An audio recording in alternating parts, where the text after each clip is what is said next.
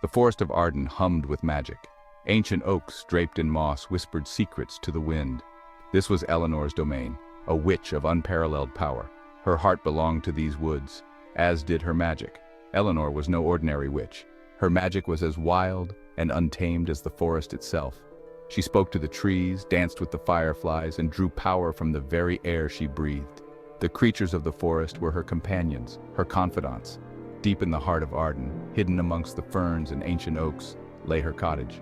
It was a place of warmth and light, a stark contrast to the shadowy depths of the forest. Inside, herbs hung drying from the rafters, their scent mingling with the smoke from the ever-burning hearth. It was here, in this haven of her own making, that Eleanor practiced her craft.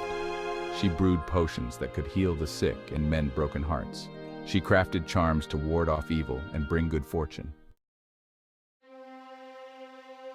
Word of Eleanor's magic spread beyond the forest's edge, reaching the bustling city of Stratford-upon-Avon. There, it captivated the heart of a young playwright named William Shakespeare. He was a man of words, his quill his sword, his ink his magic. William was drawn to Eleanor's wild spirit, her connection to something ancient and powerful.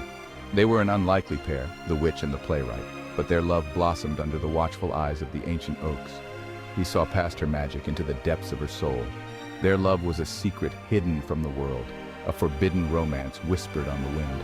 William found inspiration in Eleanor's magic, weaving tales of sorcery and wonder into his plays. He wrote of enchanted forests and mystical creatures drawing from the wellspring of their love and Eleanor's arcane knowledge. Night after night, under the silvery glow of the moon, they would meet at the edge of the forest.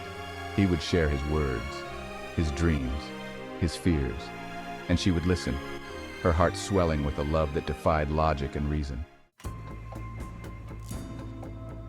Unbeknownst to Eleanor, a shadow lurked in the heart of her happiness. Ophelia, her younger sister, harbored a secret envy. Ophelia, with her honeyed words and gentle touch, had always craved the spotlight. Ophelia loved her sister, but she also resented her. She resented Eleanor's power, her connection to the magic that seemed to elude Ophelia.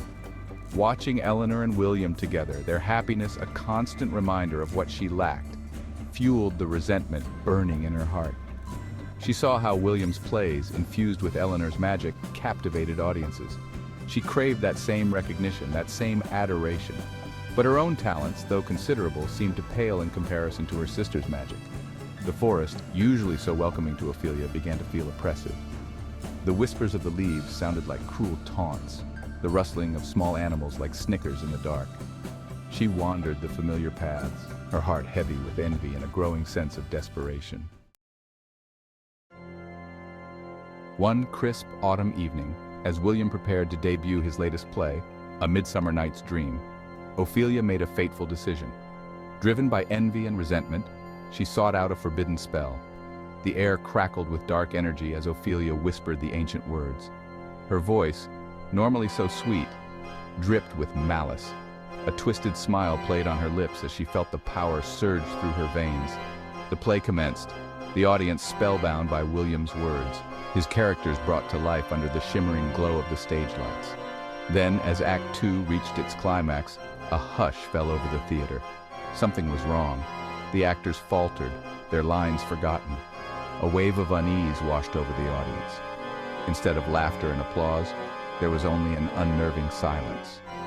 Then, a collective gasp. A strange lethargy, a heavy-lidded drowsiness, spread through the audience like a contagious illness. People slumped in their seats, their eyes glazing over.